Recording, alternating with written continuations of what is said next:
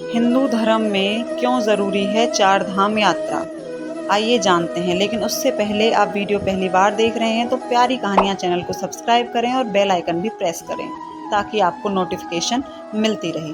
तो आइए जानते हैं कि हिंदू धर्म में चार धाम यात्रा को इतना महत्व क्यों दिया गया है और क्यों कहा गया है कि सभी को जीवन में एक बार चार धाम यात्रा ज़रूर करनी चाहिए।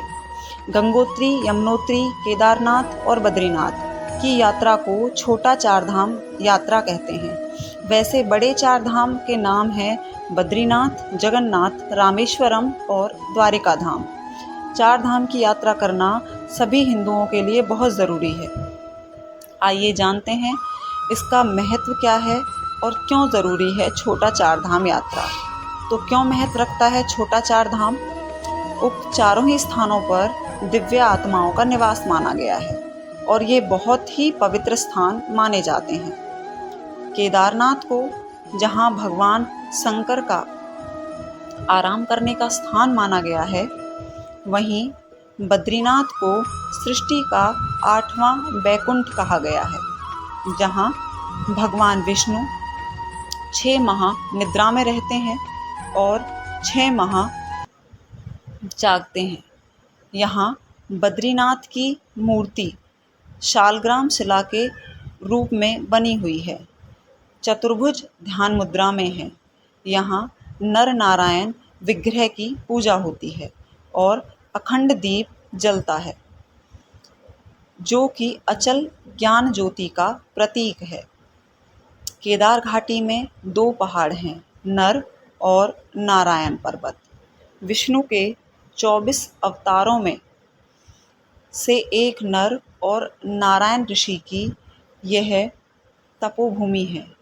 उनके तप से प्रसन्न होकर केदारनाथ में शिव प्रकट हुए थे। दूसरी ओर बद्रीनाथ धाम है, जहाँ भगवान विष्णु विश्राम करते रहते हैं। कहते हैं कि सतयुग में बद्रीनाथ धाम की स्थापना नारायण ने की थी।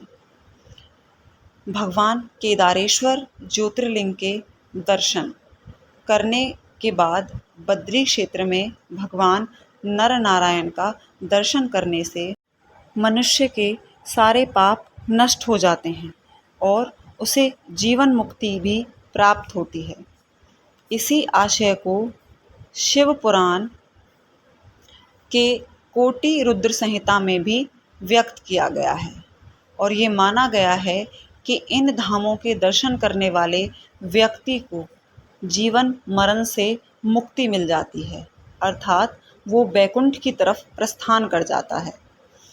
चार धाम यात्रा के शुभ फल क्या हैं और इस चार धाम यात्रा को करने से हमें कौन कौन से फल यानी लाभ मिलने वाले होते हैं? पहला, पाप हो जाते हैं नष्ट। इस यात्रा को करने से मनुष्य के सारे पाप नष्ट हो जाते हैं। दूसरा, जन्म मरण से मिलती है मुक्ति। कहते हैं कि इस यात्रा से मृत्यु को प्राप्त हो जाना सबसे शुभ है। व्यक्ति को जीवन मुक्ति प्राप्त हो जाती है। बद्रीनाथ के बारे में एक कहावत प्रचलित है कि जो आए बद्री वो ना आए ओदरी, अर्थात जो व्यक्ति बद्रीनाथ के दर्शन कर लेता है उसे पुनः उदर यानी गर्भ में नहीं आना पड़ता है। शिव पुराण के अनुसार केदार तीर्थ में पहुंचकर जहां केदारनाथ ज्योतिर्लिंग का पूजन कर जो मनुष्य वहां का जल पी लेता है उसका पुनर्जन्म नहीं होता है, अर्थात उसे जन्म मरण के इस झंझट से छुटकारा मिल जाता है। तीसरा, बढ़ता है अनुभव। चार धाम यात्रा से हमें नए नए अनुभव होते हैं, हमारी स्मृतियाँ और सोच बढ़ती है, हम शिक्षित होते हैं, हमें धार्मिक ज्ञान प्राप्त होता है। चौथा, प्रकृति के होते हैं दर्शन। यात्राओं से हम ये देख पाते हैं कि धरती कैसी है, प्रकृति कैसी है, शहर गांव कस्बे कैसे हैं और उन क्षेत्रों में जहाँ ये धाम बने हुए हैं वहाँ के अलग अलग संस्कृति के बारे में, लोगों के रहन सहन के बारे में हमें पता चलता है। पांचवा, संस्कृति के होते हैं दर्शन। यात्राओं से हमें भिन्न भिन्न संस्कृति और धर्म की भाषा, वेशभूषा और भोजन का पता चलता है। यात्राओं से ही हम जान सकते हैं कि लोग कैसे हैं, उनके विचार कैसे हैं, और फिर अंततः हम ये निर्णय ले सकते हैं कि हम कैसे हैं या हमें अपने आप में कौन से परिवर्तन करने चाहिए। यात्राओं से जीवन में कई तरह के रंग भर जाते हैं, अतः यात्राएं करते रहना चाहिए। छठा, अनुभव का मिलता है फ़ायदा। बहुत से लोग एक शहर छोड़ दूसरे शहर घूमते रहते हैं। इससे उसे पता चलता है कि कहाँ क्या मिलता है, कितने में मिलता है। ऐसा करके वे अपने शहर में वह व्यापार शुरू कर सकते हैं जो उनके शहर में नहीं हो रहा है। और ऐसी भी बहुत सी बातों के बारे में उन्हें पता चल जाता है जो उनके आसपास, उनके शहर, उनके कस्बे में नहीं हो रहा होता है। यदि आप यात्रा करेंगे तो आपको पता चलेगा कि आपके शहर, गांव, कस्बे में क्या चीज़ें नहीं हैं या क्या सुविधाएं नहीं हैं। वो सुविधाएं दूसरी जगहों पर आपको देखने को मिल रही हैं। जैसे कुछ लोग अमेरिका से सीख कर यहाँ आते हैं और अपने शहर को कुछ नया रंग ढंग, कुछ परिवर्तन उसमें कर देते हैं। इसी तरह कुछ लोग अपना ज्ञान लेकर विदेश जाते हैं और वहाँ के लोगों को अपनी संस्कृति और अपने ज्ञान के बारे में बताते हैं। सातवां, आयु वृद्धि। तीर्थ यात्रा में अक्सर पैदल चलना होता है। पैदल चलने से शरीर सुगठित और पुष्ट होता है।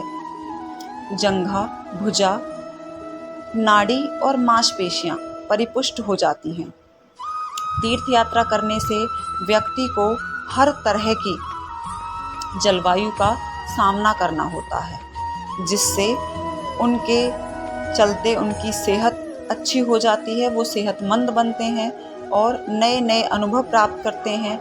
पहाड़ों पर मिलने वाले शुद्ध हवा और वहाँ के वातावरण से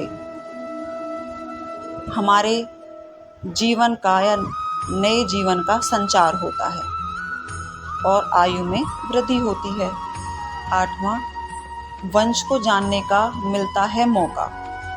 तीर्थ यात्रा के दौरान व्यक्ति अपने देश, समाज, अपने धर्म को जानने का प्रयास करता है। तीर्थ पुरोहित पंडा से मिलकर अपने कुल और खानदान को जानता है। तपस्वी, मनस्वी, साधु संत आदि के आश्रमों में रुकने का मौका मिलता है और अगर वो उनके आश्रम में ठहरता है तो उन्हें अपनी संस्कृति के बारे में और अपने पुराने पूर्वजों के बारे में जानने का मौका मिलता है, जिसके चलते उनको मानसिक लाभ प्राप्त होता है। तो यात्रा पर जाने के बहुत सारे फायदे देखने को मिलते हैं। नौवां, जीवन का लक्ष्य और उद्देश्य। हिंदू धर्म के 4 धामों की तीर्थ यात्रा करने के महत्व के संबंध में विस्तार से उल्लेख किया गया है। इसके माध्यम से व्यक्ति देश के संपूर्ण लोगों, उनकी संस्कृति, उनकी भाषा, इतिहास, धर्म और परंपरा आदि में और उनसे परिचित ही नहीं होता, बल्कि वह अपने भीतर बौद्धिकता और आत्मज्ञान के रास्ते भी खोल लेता है। तीर्थ यात्रा करने से व्यक्ति में खुद के बारे में, लोगों के बारे में और समझने का मौका उन्हें मिलता है और उनकी बुद्धि का विकास भी होता है। साथ ही उसे अपने जीवन का लक्ष्य और उद्देश्य भी पता चलता है। अक्सर लोग जीवन के अंतिम पड़ाव में तीर्थ यात्रा पर जाते हैं, लेकिन जो जवानी में गया समझो उसने सब कुछ पा लिया, वही व्यक्ति परिपक्व और अनुभवी व्यक्ति होता है।